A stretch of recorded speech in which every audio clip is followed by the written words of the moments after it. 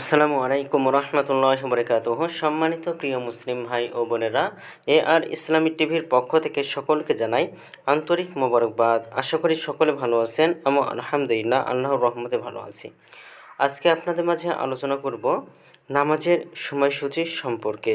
তো আজকে শুক্রবার 21শে জুন 2024 ইংরেজি, 7ই আষাঢ় 1431 বাংলা, 14 জিলহজ 1445 হিজরি। ঢাকার মতো পার্শ্ববর্তী এলাকার নামাজের সময়সূচিগুলো তুলে ধরছি, তারপরে অন্যান্য জেলা বিভাগগুলো নামাজের সময়সূচি তুলে ধরব।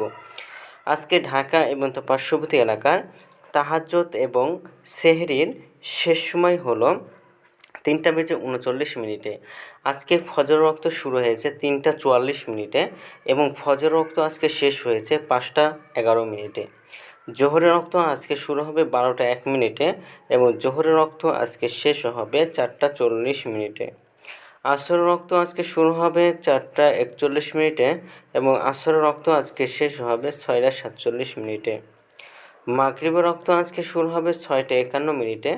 মাগরিবের ওয়াক্ত আজকে শেষ হবে 8:15। এশার ওয়াক্ত শুরু হবে 8:16, শেষ হবে 3:39। আজকে সূর্যাস্ত যাবে 6:49 আর আজকে সূর্যোদয় হয়েছে 5:11।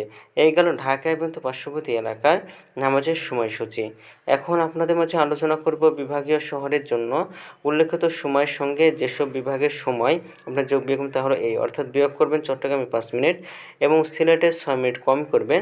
ঢাকার মতো পার্শ্ববর্তী এলাকায় যে নামাজের সময়সূচিরা রয়েছে সেখান থেকে চট্টগ্রাম 5 মিনিট এবং সিলেটে 6 মিনিট কম করে গণনা করবেন, তাহলেই হবে। এবং যোগ করবেন খুলনাতে 3 মিনিট, রাজশাহীতে 7 মিনিট, রংপুর 8 মিনিট, বরিশালে 1 মিনিট বেশি করবেন। ঢাকার মতো পার্শ্ববর্তী এলাকায় যে নামাজের সময়সূচিরা রয়েছে সেখান থেকে খুলনা 3 মিনিট, রাজশাহীতে 7 মিনিট, রংপুর 8 মিনিট, বরিশালে 1 মিনিট বেশি করে গণনা করবেন, তাহলে হবে। তো আজকের ভিডিওটি এ পর্যন্তই ছিল।